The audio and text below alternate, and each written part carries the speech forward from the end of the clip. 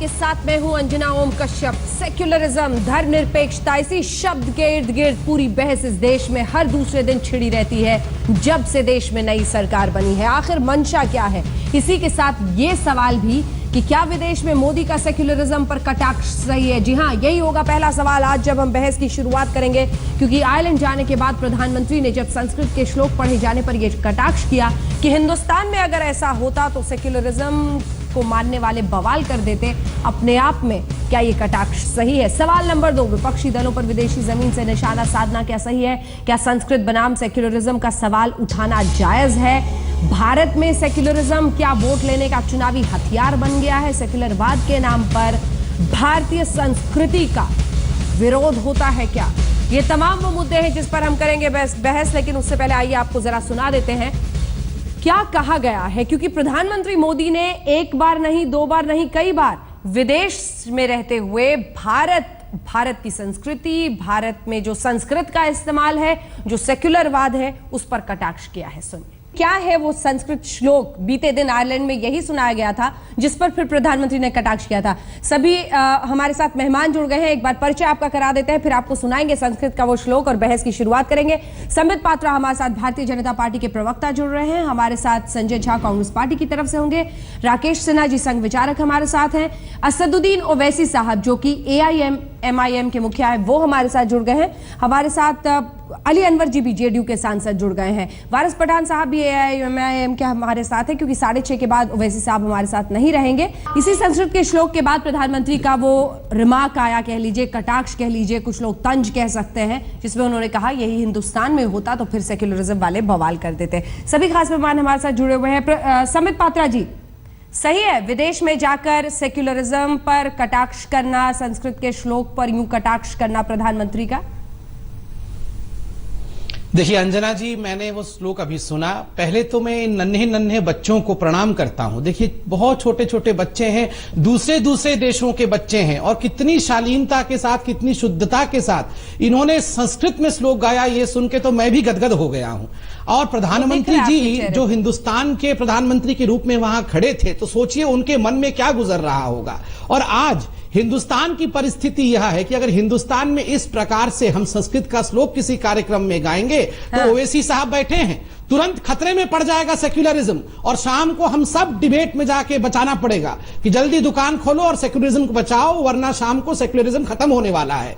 आप बताइए किस प्रकार की परिस्थिति हिंदुस्तान में उत्पन्न हो गई है। मैं गौरव महसूस करता हूं कि ऐसा एक हिंदुस्तानी प्रधानमंत्री है जो विदेश में भी जाके गंगा की बात करता है, भगवत गीता की बात करता है, संस्कृत की बात करता है, क्योंकि ये पूरे विश्व के धरोहर हैं, ये विश्व की संस्कृति को सिखाने वाली संस्कृतियां हैं। ये कोई केवल भारत का धरोहर नहीं है, इससे हिंदू धर्म का धरोहर मत समझिए, ये ज्ञान की पूंजी है। और ज्ञान के पूंजी के विषय में बात करने वालों को अब सेक्युलरिज्म और कम्युनलिज्म के पलड़े में मत नापिए। इसे छद्म धर्मनिरपेक्षता, स्यूडो सेक्युलरिज्म कहते हैं। ठीक है, नई सरकार जब से बनी है ओवैसी साहब, आपको भी सूट करता है ये सेक्युलरिज्म के इर्द गिर्द अगर बहस घूमती रहे? नहीं, मुझे अफसोस इस बात का है कि हमारे वजीर आजम बैरूनी दौरे पर जाते हैं और वहां पर जाकर सेकुलरिज्म के ऊपर तंज करते हैं। हम तमाम जानते हैं जिस कॉन्स्टिट्यूशन पर हमारे प्राइम मिनिस्टर ने ओथ लिया राष्ट्रपति भवन में, उसके प्रेम्बल में सेकुलरिज्म है। दूसरी बात यह है कि क्यों प्राइम मिनिस्टर संस्कृत को सेकुलरिज्म या कम्युनलिज्म से जोड़ रहे हैं, और तीसरा श्लोकास पढ़ने से सेकुलरिज्म से इसका क्या ताल्लुक? सेकुलरिज्म का ताल्लुक मैं प्राइम मिनिस्टर को याद दिलाना चाहूंगा मीट बैन से है, संगीत सोम का इन्वॉल्वमेंट मुजफ्फरनगर के राइट से है जो सहायक कमीशन की रिपोर्ट आई, रैशनलिस्ट का कत्ल है, सनातन संस्था की तायीद करना उसका ताल्लुक सेकुलरिज्म से है। और लफ्ज सेकुलरिज्म हमारे सुप्रीम कोर्ट के 13 जज के बेंच की तरफ से आया सो है, ये कोई प्राइम मिनिस्टर मोदी का दिया हुआ नहीं है। तो से हर चीज को, और अमेरिका में प्राइम मिनिस्टर के खिलाफ ऐसे ग्रुप्स हैं जो उनके विजिट पर प्रोटेस्ट कर रहे हैं और इसी बात पर प्रोटेस्ट कर रहे हैं कि ये कम्युनल है, सेकुलर नहीं है। तो प्राइम मिनिस्टर आखिर सेकुलरिज्म को मानते हैं या नहीं मानते हैं?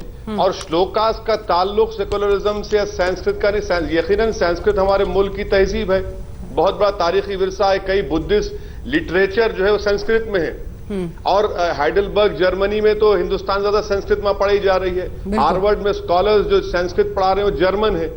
मगर हमारे प्राइम मिनिस्टर, और फिर आप याद रखिए 2 दिन पहले आरएसएस के पब्लिसिटी चीफ मनमोहन वैद्या ने कहा कि सेकुलरिज्म का की जरूरत ही नहीं है हिंदुस्तान में, इसको निकाल देना चाहिए।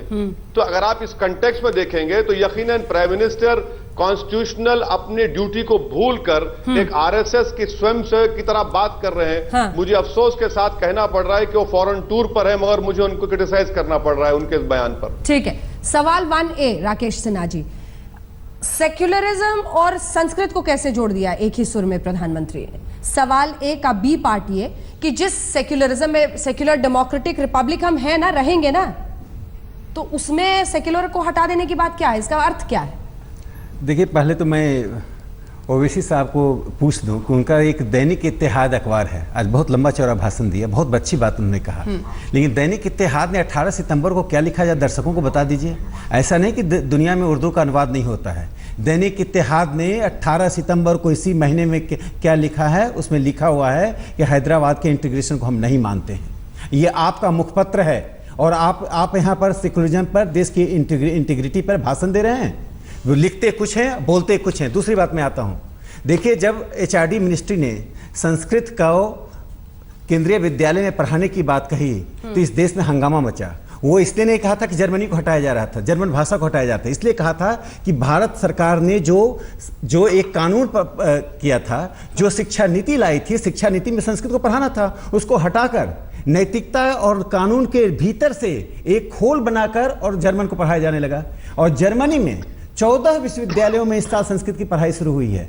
और भारत में जब संस्कृत का डिबेट हुआ, उस समय का संस्कृत का डिबेट देख लीजिए। ये ब्राह्मणों की भाषा है, ये हिंदुत्व की भाषा है, यही ओवैसी साहब बोलते हैं। इनका पुराना रिकॉर्ड निकाल दीजिए, आज संस्कृत की बात करते हैं। इसलिए प्रधानमंत्री ने विदेश की भूमि पर जो बात कही, मैं उसका एक मूल तत्व बताता हूँ। जब इंग्लैंड में 2 लेटर्स ऑफ टॉलरेंस दिया था सेकुलरिज्म पर, एक पत्र आया था 18वीं शताब्दी में, तो पूरी दुनिया में भाषित थी। सेकुलरिज्म किसी भारत या इंग्लैंड या जर्मनी की चीज नहीं है। सेकुलरिज्म एक ऐसा मूल्य है जिस पर पूरे विश्व में डिबेट होना चाहिए। और भारत के प्रधानमंत्री ने जो डिबेट शुरू किया है, वो डिबेट भारत की चौहद्दी तक सीमित नहीं है कि आप भाषा के नाम पर, आप धर्म के नाम पर, आप संप्रदाय के नाम पर लोगों को तोड़ना का काम मत कीजिए, और जो इंडिजीनियस, जो मौलिक संस्कृति है, उसको अपनाइए। और दूसरी बात का मैं उत्तर देता हूं, जल्दी से। देखिए, भारत धर्मनिरपेक्ष तब भी था जब हमने केरल में एक मस्जिद बनाया था, मालवार में, चेरामन मॉस्क। तब तो संविधान में नहीं लिखा हुआ था।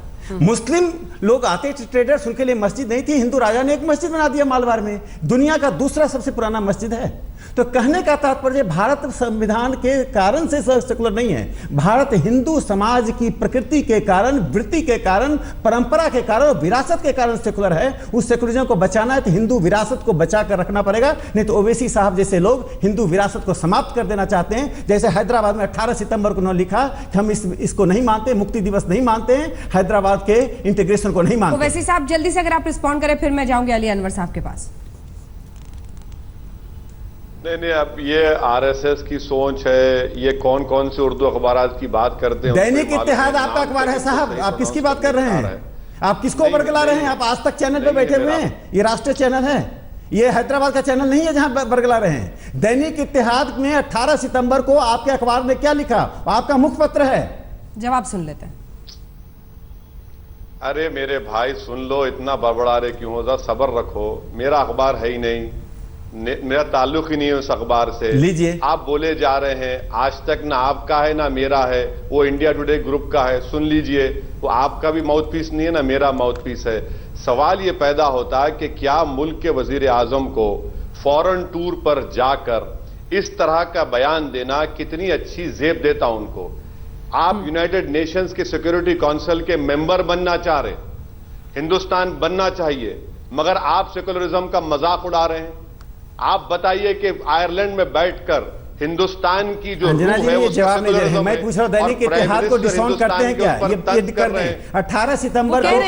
नहीं, क्या बात कर रहे हैं? डिसऑन करें, कंडेम करें। दैनिक इत्तेहाद, आप कहिए दैनिक इत्तेहाद में जो 18 सितंबर को छपा है उसको आप भर्त्सना करते हैं। वो अखबार ही नहीं है। अरे आप भर्त्सना तो कर दीजिए, यदि आप अखबार नहीं मानते भर्त्सना कर दीजिए। इत्तेहाद में जो छपा है उसकी भर्त्सना कीजिए कि ऐसा नहीं है। हैदराबाद के इंटीग्रेशन को आप मानते हैं देश में? उसको मुक्ति दिवस मानते हैं कि नहीं? तेलंगाना सरकार पर किसने दबाव डाला है? एक सेकंड। तेलंगाना सरकार के ऊपर किसने दबाव डाला है? प्राइम मिनिस्टर के खिलाफ बोलने से तुम्हारे पेट में दर्द होता है, मुझे मालूम है, सुन तो लो। मैं आपसे जो वो दैनिक देखिए, भाषा पे इनको कमांड नहीं है, क्या बात करेंगे, क्या बहस करेंगे आप? विमर्श क्या करेंगे? आप कोर्ट में केस फाइल कर लीजिए ना, हर बात में कोर्ट। अरे आज तक के कोर्ट में आप जवाब दीजिए ना। मैं आज तक चैनल पे पूछ रहा हूँ, ना मेरा चैनल है ना आपका चैनल है, बताइए। मैं आपको जवाब देने के लिए नहीं बैठा हूँ, मैं प्राइम मिनिस्टर के खिलाफ बोलने के लिए हर बात में कोर्ट जाएं। आपकी आदत एक ही है कि प्राइम मिनिस्टर के खिलाफ बोलते ही आपको पेट में दर्द शुरू हो जाता है। प्राइम मिनिस्टर की बात, मैं इत्तेहाद की बात कर रहा हूँ। रहेगा, आरएसएस नहीं चाहती। आरएसएस हिंदू राष्ट्र बनाना चाहती है, वही काम आप लोग करना चाहते हैं। अफसोस तो इस बात का है कि प्राइम मिनिस्टर आयरलैंड जाकर वहां पर सेकुलरिज्म का मजाक उड़ाते हैं, सिक्योरिटी काउंसिल के मेंबर बनना चाहते हैं और फिर इस तरह का मजाक उड़ा रहे हैं। प्राइम मिनिस्टर को अपनी सोच बदलने की जरूरत है। जब वो फॉरेन टूर पर जाते हैं तो लेकिन तमाम ओवैसी साहब, ऊपर उठकर मुल्क की बात करें। ओवैसी साहब, ये सवाल आपसे भी पूछा जा सकता है कि क्या जानबूझकर इस तरह का माहौल देश में बनाया गया है, परिस्थितियां बनाई गई हैं जिसकी वजह से सेक्युलरिज्म पर इस तरह का उनका कटाक्ष आया है? भारतीय समुदाय के लोग मौजूद थे, अगर कुछ भी कह दिया जाए संस्कृत से जुड़ा हुआ तो ऐसे तमाम नेता होते हैं, अली अनवर साहब के पास भी चलेंगे, वो भी फौरन आ जाते हैं बाइट देने के लिए, जिसमें यह कहा जाता है कि कम्युनल एजेंडा है, संघ का एजेंडा है, सरकार इसलिए कर रही है। इस वजह से यह कटाक्ष आया। ओवैसी साहब जल्दी से जवाब। बिल्कुल नहीं है। श्लोकास जो प्राइम मिनिस्टर के सामने पढ़े गए, संस्कृत की अगर जबान पढ़ी जाती है हमको कोई एतराज नहीं है। अगर आप किसी एक रिलीजन को हिंदुस्तान पर मुसल्लत करना चाहते हैं, हिंदुस्तान को हिंदू राष्ट्र बनाना चाहते हैं, तो यकीनन हम इसके खिलाफ रहेंगे और उसकी मुखालिफत करते रहेंगे। श्लोकास का सेकुलरिज्म के क्या ताल्लुक, सेकुलरिज्म का संस्कृत से क्या ताल्लुक? अरे आप भारत की विरासत को तो मान लीजिए, सवाल श्लोक का नहीं है। योगा करने से तो आप मना कर रहे थे बड़े जोर जोर से। आप योगा तो नहीं कर रहे थे, और आप बोल रहे हैं कि श्लोका बहुत आपको मन कर रहा है करने के लिए। योगा के समय बोले थे योगा नहीं करेंगे, इससे धर्म भ्रष्ट हो गया। ओवैसी साहब, आप चेयरमैन मॉस्क की बात कीजिए। योगा नहीं करेंगे। आप दारा सिकोह की बात कीजिए। दारा सिकोह की बात नहीं करते हैं। करेंगे क्या आप दारा सिकोह की बात नहीं करते हैं। कंपल्सरी तो कभी नहीं कर रहे थे। योगा जब वॉलंटरीली करने की बात हो रही थी तो आप ही वो पहले व्यक्ति थे जो निकलकर योग के खिलाफ बात कर रहे थे। आप कह रहे थे योग से धर्म भ्रष्ट हो जाएगा। आप बताइए, वो तो हिंदुस्तान की संस्कृति है। बोलते रहूंगा। फिर सेक्युलरिज्म खतरे में आ गया। फिर सेक्युलरिज्म खतरे में आ गया। नहीं कर सकते ना। ये देखिए, फिर अभी देखिए आपके चैनल पे ही सेक्युलरिज्म खतरे में आ गया। 5 साल के लिए जिंदगी भर का नाम लेते ही सेक्युलरिज्म खतरे में। और अभी ये बोल रहे थे हमें कोई चिंता नहीं है, हमें कोई आपत्ति नहीं है। पूछिए कि वंदे मातरम भी तो संस्कृत में है। वंदे मातरम बोलने में क्या आपत्ति? सभी खास मेहमान हमारे साथ बने हुए हैं, वक्त जाया किए बिना। अली अनवर साहब, इस किस्म की बहस आपकी भी राजनीति का पेट भरता है? देखिए अंजना जी, बच्चे जब अपनी तुतली जुबान में गा रहे थे तेरा मेरा हो गया, तो बहुत अच्छा लगा। किसी भाषा से पर एतराज नहीं है। एतराज इस बात का है कि जो लोग भाषा की बुनियाद पर, मजहब की बुनियाद पर, किसी पाक और मुकद्दस किताब की बुनियाद पर सियासत करते हैं, एतराज का मामला वो है। चाहे वो एक पक्ष के कट्टरपंथी करते हों या दूसरे पक्ष के कट्टरपंथी करते हों, चाहे वो प्राइम मिनिस्टर हों या और कोई सियासी पार्टी के लीडर हों, कोई भी इन मसलों को सियासत में इस्तेमाल करता है, हाँ। वो गलत है। ठीक है, ओवैसी साहब, ठीक है, मैं लौट रही हूँ सर, मैं लौट रही हूँ आपके पास। अयम निजः परो वेति गणना लघुचेत साम। अरे हमारा श्लोक तो सुन लीजिए। आपका श्लोक सुने बिना तो आगे बढ़ेंगे ही नहीं, सुनाइए। अयम निजः परो वेति गणना लघुचेत साम। बढ़िए, आगे बढ़िए, हमको बीच में ही रोक दिया। नहीं, मैंने रोका नहीं, मैंने कहा जरूर आप आपका श्लोक हम लोगों ने सुन लिया। मैं चूंकि थोड़ा सा वॉइस का डिफरेंस है आवाज आप तक पहुंचने में। ओवैसी साहब, जल्दी से कमेंट चाहती हूं आपसे। ये अब तो सेक्युलरिज्म का सबसे बड़ा झंडा बरदार कौन है, इसकी भी जंग होगी क्योंकि अली अनवर जी का कटाक्ष आप ही की तरफ था। जब वो ये कह रहे थे कि दोनों किस्म का कट्टरवाद अलग अलग, क्योंकि वो कहते हैं कि बीजेपी संघ की तरह से कट्टरवाद है, एक कट्टरवाद आपका है, तो अब तो लड़ाई ये होगी कि सेक्युलरिज्म का सही झंडा बरदार कौन है, जब से आप बिहार के मैदान में कूदे हैं। नहीं, अफसोस की बात यह है कि हमारे मुल्क को आज़ाद होकर करीब 70 साल हो चुके हैं, और अगर आप जब तक इन नाम निहाद सेकुलर पार्टियों के साथ नहीं हैं, आप सेकुलर नहीं हैं। आप मुसलमान उस वक्त तक नहीं है जब तक कि बीजेपी के कल्चरल मिनिस्टर नहीं कह देते आपको कि मुसलमान होने के बावजूद भी कलाम साहब राष्ट्रवाद थे। तो ये अफसोस की बात है कि 70 साल बाद भी इन दो बड़ी पार्टियों ने दुकान खोल रखी है नेशनलिज्म की और सेकुलरिज्म की। आप जा रहे हैं इसलिए एक सवाल बात आपसे यह है कि क्या आपकी बात समझ गया, आपकी बात समझ गया। अरे मुकम्मल नहीं, मैं आपका जवाब नहीं दूंगा, मुझे अपनी बात को मुकम्मल नहीं, मैं अपनी बात को मुकम्मल करने दीजिए। आप बीच में मत बोलिए, टांग मत उड़ाइए, ठहरिए जरा, सुनिए, बात तो सुनिए, अगर समझ में आ जाए तो जब सवाल करिए। मेरा सवाल यह है कि प्राइम मिनिस्टर ने कॉन्स्टिट्यूशन के ऊपर ओथ लिया और वो कॉन्स्टिट्यूशन की रूह प्रियम्बल सेकुलरिज्म है। क्या ये जेब देता है एक प्राइम मिनिस्टर को कि फॉरेन कंट्री में जाकर जिस कॉन्स्टिट्यूशन पर ओथ लेते हैं उसी का मजाक उड़ाएंगे? ठीक है, ये प्राइम मिनिस्टर क्या अपनी कॉन्स्टिट्यूशनल ड्यूटी में फेल हो रहे हैं, नहीं हो रहे? उड़ा रहे हैं सेक्युलरिज्म का, उस विषय पर रिफ्लेक्शन था ये मजाक। तो आप हिंदुस्तान में सेक्युलरिज्म का रोज उड़ा रहे हैं, तभी तो बैठे हैं हम सब, तभी तो हम सब बैठ के बचाने आए हैं सेक्युलरिज्म को। अगर सेक्युलरिज्म को आप सीरियसली लेते रोज बचाने की आवश्यकता पड़ती क्या? कि क्या प्राइम मिनिस्टर कॉन्स्टिट्यूशन पर ओथ लेकर? सभी खास मेहमान हमारे साथ हैं और संजय झा जी, बवाल मचाने वाली सबसे बड़ी पार्टी कांग्रेस, जिसको लगता है कि इसके इर्द गिर्द अगर हम बहस रखेंगे तो हमारा अस्तित्व जिंदा रहेगा। अंजना जी, देखिए कितना ये दुर्भाग्यपूर्ण और शर्मनाक है कि आप भारतीय जनता पार्टी के प्रवक्ता ने कितने प्रसन्नता के साथ हमारे जो विदेशी बचे थे उन्होंने काफी उनके लिए ताली थपथपाई, अच्छी बात है। लेकिन उनके मुंह से आपने कभी भी, जब नन्हे बच्चों की बेरहमी तरीके से उनकी मौत हुई मुजफ्फरनगर में, तो कोई सहानुभूति उन्होंने कभी भी व्यक्त नहीं किया। और आज जब यह रिपोर्ट भी आ चुका है, जिसके बारे में सार्वजनिक तरीके से बातचीत भी होगी, जिसमें भारतीय जनता पार्टी के नेता लोग का हाथ था, जो आज शायद मोदी जी के कैबिनेट में बैठे हुए हैं, तो इससे बड़ा सबूत और क्या चाहिए भारत को कि प्रधानमंत्री और उनकी जो सरकार है, उनको जो कहते हैं धर्मनिरपेक्षता पर, उनको तो संविधान में विश्वास नहीं है, धर्मनिरपेक्षता पर तो वो मजाक उड़ाते हैं। आज नहीं, जापान में, जर्मनी में हमेशा उन्होंने वही किया है। और दूसरी सच्चाई, ये आरएसएस के नियंत्रण में मोदी सरकार चल रही है। मोदी जी एक कठपुतली है आरएसएस के हाथ में। आरएसएस हिंदू राष्ट्र हमेशा दोहराते रहते हैं। मोहन भागवत का हर एक स्पीच देखिए, और यहां पर देखिए, जब एक सांप्रदायिक तापमान देखिए हमारे देश में, एक समय हम और आपने डिबेट किया हुआ है अंजना जी, हम लोग बोलते थे the right wing extremist elements. Sakshi Maharaj BJP MP है, गिरिराज सिंह बीजेपी एमपी है, साध्वी ज्योति बीजेपी एमपी है, योगी आदित्यनाथ बीजेपी एमपी है। अब ये तो एक, मैं समझता हूं कि एक राजनीतिक ढांचा है, सांप्रदायिक राजनीति। आप ये बता दीजिए संजय झा जी, आपने जो बात कही आप सुन लीजिए, एक जवाब सुन लीजिए। यही समझता हूँ आपके पार्टी के महासचिव और अभी उपाध्यक्ष में मत टोकिए। अरे दिग्विजय सिंह ने ओसामा जी कहा, दिग्विजय सिंह ओसामा जी कह रहे हैं बाटला हाउस पर रोने वाले कौन थे? सोनिया गांधी ने बाटला हाउस पर क्यों सुनाया था? बाटला हाउस में मोहन चंद शर्मा की शहादत का मजाक किसी पार्टी ने उड़ाया तो कांग्रेस पार्टी थी। जिस मोहन चंद शर्मा को अशोक चक्र दिया भारत के राष्ट्रपति ने, सुन तो लीजिए, सुन लीजिए, अनकंफर्टेबल बातें सुनना चाहिए कभी कभी। प्रधानमंत्री से आप, अरे आप बात तो सुन लीजिए। मोहन चंद शर्मा जी को, मोहन चंद शर्मा जी की शहादत पर भारत सरकार ने अशोक चक्र से नवाजा।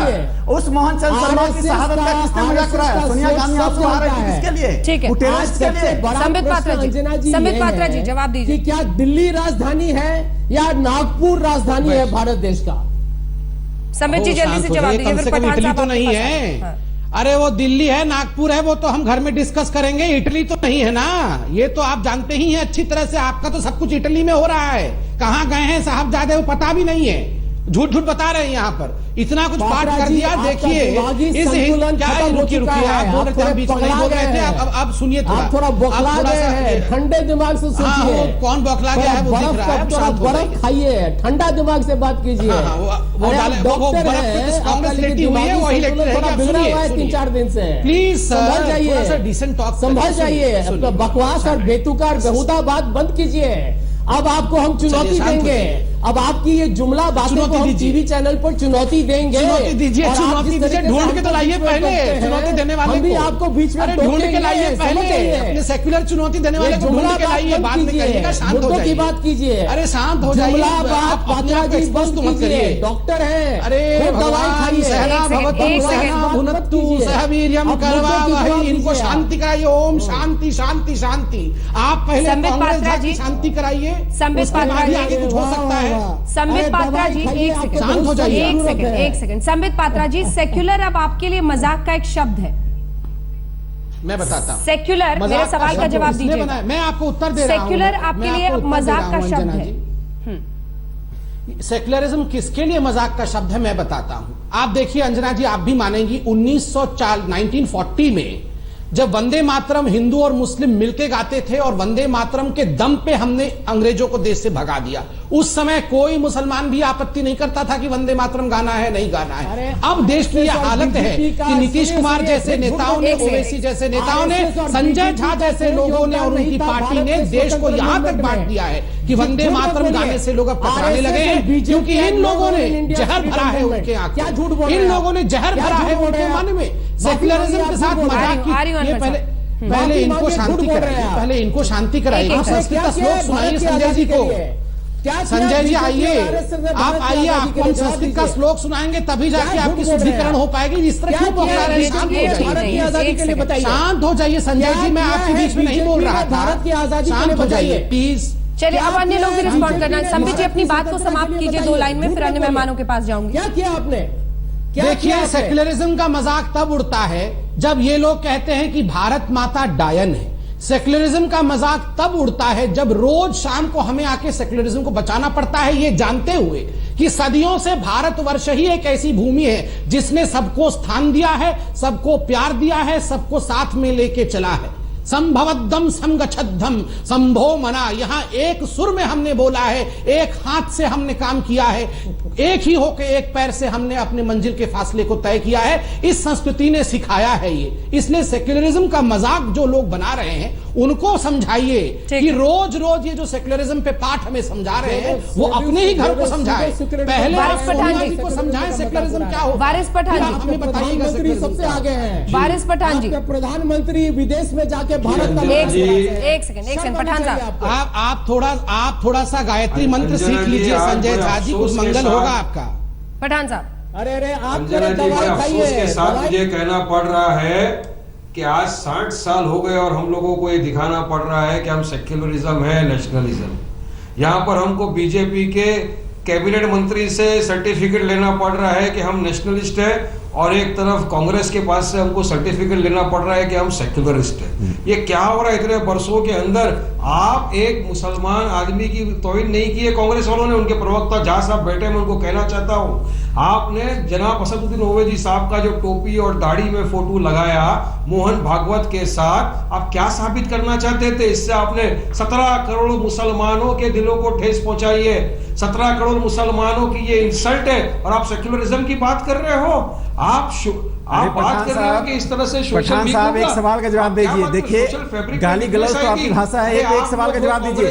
एक शब्द आपके नेता नहीं कहा गए, नेता भाग गए, आपके नेता भागे नहीं, उनको कहीं फ्लाइट से जाना था राकेश, उनको फ्लाइट से जाना था। एक शब्द का अर्थ समझा उनका दीजिए। 8 बजे का फ्लाइट था, भागे नहीं, ये गलत भागे नहीं, चले गए। सारे देश को उनको जाना था पहले से ही तय पठान साहब था। एक शब्द का कृपया करके एक शब्द का अर्थ बता दीजिए। आज तक के दर्शकों को, आज तक के श्रोताओं को एक शब्द का अर्थ चाहिए। योमे स्कूत का मतलब क्या होता है, बता दीजिए क्या होता है योमे स्कूत, जिसका प्रयोग आप करते, उसका मतलब क्या होता है? आप तो कांग्रेस के साथ मिले हुए हो। अरे मैं जो शब्द देखिए, ये भाग रहे हैं। मैं आज तक के दर्शकों के बिहार से मैं एक शब्द का अर्थ पूछना चाहता हूं, इस पैनल के बिहार से पूछना चाहता हूं। योमे स्कूत का अर्थ बता दीजिए, जिसका प्रयोग आप हैदराबाद के लिए करते हैं। देश जानना चाहता है कि 60 साल के बाद भी हैदराबाद के इंटीग्रेशन को यह पार्टी नहीं मानती है, और तो राष्ट्रवादी का सर्टिफिकेट तो कांग्रेस या बीजेपी आपको देगी, आपको लेना पड़ेगा। योम स्कूल का मतलब होता है हैदराबाद को जबरन हमने कब्जा कर लिया है। हैदराबाद को क्या नई दिल्ली ने जबरन कब्जा किया है? ये राजकार के साथ थे। जिन राजकारों ने हैदराबाद में सामूहिक बलात्कार किया, जिन राजकारों ने संपत्ति लूटी, उसके साथ पार्टी है। आप राष्ट्रवादी नहीं हैं, आप सेकुलर नहीं हैं, आप जिन्नावादी पार्टी हैं, पाकिस्तान के समर्थक पार्टी हैं, इसलिए आपको नैतिक अधिकार नहीं है बोलने का। एक सेकंड राकेश, देखिए अली अनवर सर्टिफिकेट आप सर, ये सर्टिफिकेशन कहाँ मिलता है? अली अनवर साहब, एक सेकंड राकेश, ये सर्टिफिकेट जो आप बांटे, अली अनवर साहब, सर ये सर्टिफिकेट कहाँ मिलता है? अली अनवर साहब जितनी भी आलोचना बताइए ना, ये सर्टिफिकेट कहाँ, आपको छाप कहाँ रहे? मैं कह रहा हूँ अली अनवर साहब हमारे सर राष्ट्रवादी का सर्टिफिकेट बताइए ना सर, तो जितने लोगों को साबित करना पड़ रहा है राष्ट्रवादी, हम लोग भी जाके सर्टिफिकेट ले लेंगे। देती है। मैं एक बात कह दूं, अली अनवर साहब और इनमें अंतर क्या है, बुनियादी अंतर क्या है? अली अनवर साहब जितनी भी आलोचनाएं करेंगे, चाहे जितनी आलोचना करेंगे, वो बुनियादी तौर से हम स्वीकार करेंगे, उनका जवाब देंगे। लेकिन इनको हम सेकुलर नहीं मानते हैं, नेशनलिस्ट नहीं मानते हैं। अली अनवर साहब हम सेकुलर भी मानते हैं, नेशनलिस्ट भी मानते हैं। उनकी आलोचना से हमें डिस्कोर्स होगा। आपकी पर्सनल राय हो सकती है। ब्रेक पर हमें जाना है, 30 सेकंड का वक्त है सिर्फ मेरे पास। जल्दी से अली अनवर साहब, आप कमेंट कुछ कहना चाह रहे थे?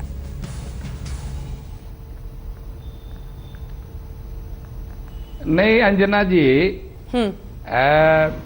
देखिए आरएसएस और बीजेपी हो, हाँ। या ओवैसी साहब हो, ये दोनों लोगों के की विचारधारा में सेकुलरिज्म और जो थियोक्रेटिक स्टेट, सेकुलरिज्म का डिनायल है और थियोक्रेटिक स्टेट की अवधारणा पाले हुए हैं ये दोनों ही। तो इसीलिए ये हम कहते हैं कि ये दोनों खतरनाक है। रही बात हल्ला बोल के दशकों से ये सवाल हमने पूछा था कि क्या प्रधानमंत्री का विदेश में जाकर सेक्युलरिज्म पर कटाक्ष सही है? 87% हल्ला बोल देखने वाले दर्शक कहते हैं कि हाँ ये सही है, बाकी कहते हैं नहीं। आप देखते रहिए।